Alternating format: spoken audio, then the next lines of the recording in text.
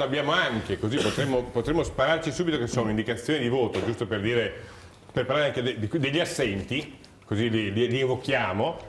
Abbiamo un'indicazione di voto, abbiamo già distribuito anche un sondaggio, ma ripeto, lascio molta libertà questa sera a loro e a voi di vedere dove portare la discussione, perché io mi domando se i giornali di oggi, di questi giorni, stanno facendo buon giornalismo e sono un po' perplesso, ma così diamo in questo marasma generale un'indicazione.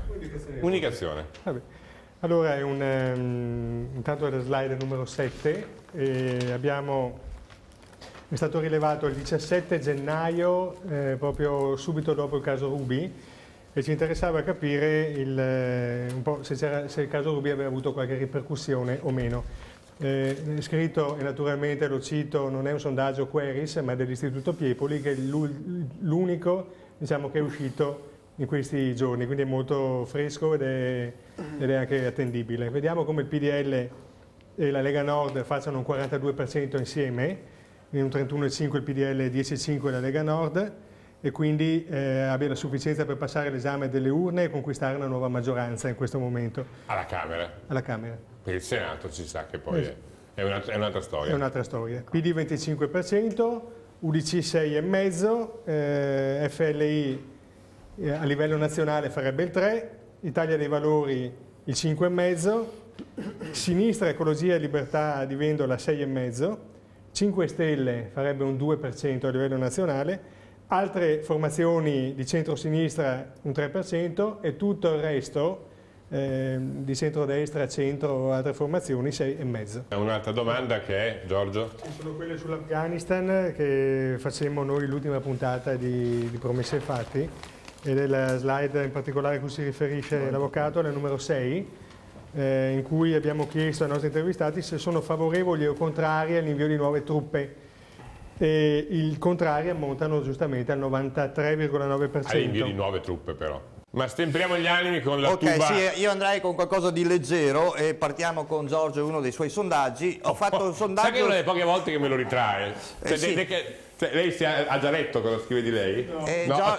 Giorgio, nella fretta ho messo ancora meno capelli, ma non ti preoccupare, al limite la guardi fra 10 anni che così ti assomiglia di più. Allora, ho fatto un sondaggio sul caso dello sfratto delle commensali di Arcore dagli appartamenti di Silvio. Il 95% è favorevole allo sfratto, ma umanamente mettono a disposizione i loro immobili. Vabbè, torniamo all'Afghanistan un attimo. Sì, no, era proprio quella secca che chiedeva se erano favorevoli o contrari al ritiro dei soldati.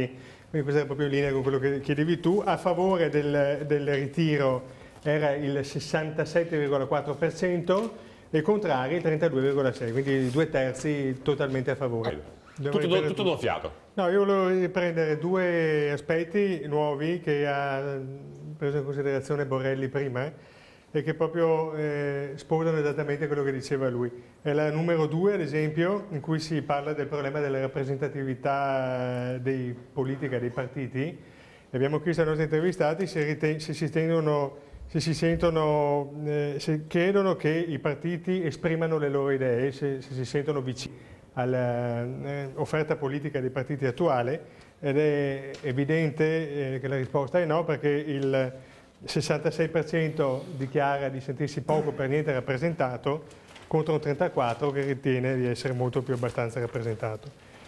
Un'altra interessante era riguardo all'astensionismo futuro e attuale, la numero 4. Che era poi il 40% che faceva riferimento. Di cui faceva riferimento a Borrelli prima. Infatti chiedevamo se si dovesse votare in primavera, crede che aumenterebbe l'astensionismo, sì o no, e abbiamo che appunto... Vediamo a pieno schermo, questo che lo chiedo alla regia, se possiamo vedere a pieno schermo. Sì. Il 60% dice di sì, che aumenterebbe molto o abbastanza, e il 37,1% poco per niente, un 2,9% non risponde. Quindi in realtà dire che già che c'è quel molto abbastanza c'è il 60% totale, sì, fa pensare che per quel 60% c'è gente che potrebbe decidere di aver votato e di non votare più. Di non votare più, esatto. Perché tendenzialmente questo rischio c'è. Quindi potrebbe esserci un aumento dell'astensionismo. Poi abbiamo visto la prima slide, era quella delle intenzioni di voto, registrata dall'Istituto Piepoli 2 giorni fa. Ma guardi, scusi Giorgio, basta leggere questo SMS per capire poi, sembra essere fatto apposta per la slide di prima questo. Ovvero? Se ve lo leggete da casa, insomma, il tono è proprio quello, la rabbia nei confronti di questa politica. Prego. Avevamo la numero 7 che riguarda appunto una registrazione delle intenzioni di voto. Noi vediamo come PDL più Lega Nord facciano un 42% e poi abbiamo il PD che fa un 25%. L'avevamo visto però questo prima. Questo l'abbiamo visto prima, sì. L'abbiamo visto. Ed era una valutazione di come comunque il caso Ruby appunto non ha spostato niente e che queste vicende difficilmente influenzano gli orientamenti di voto degli italiani.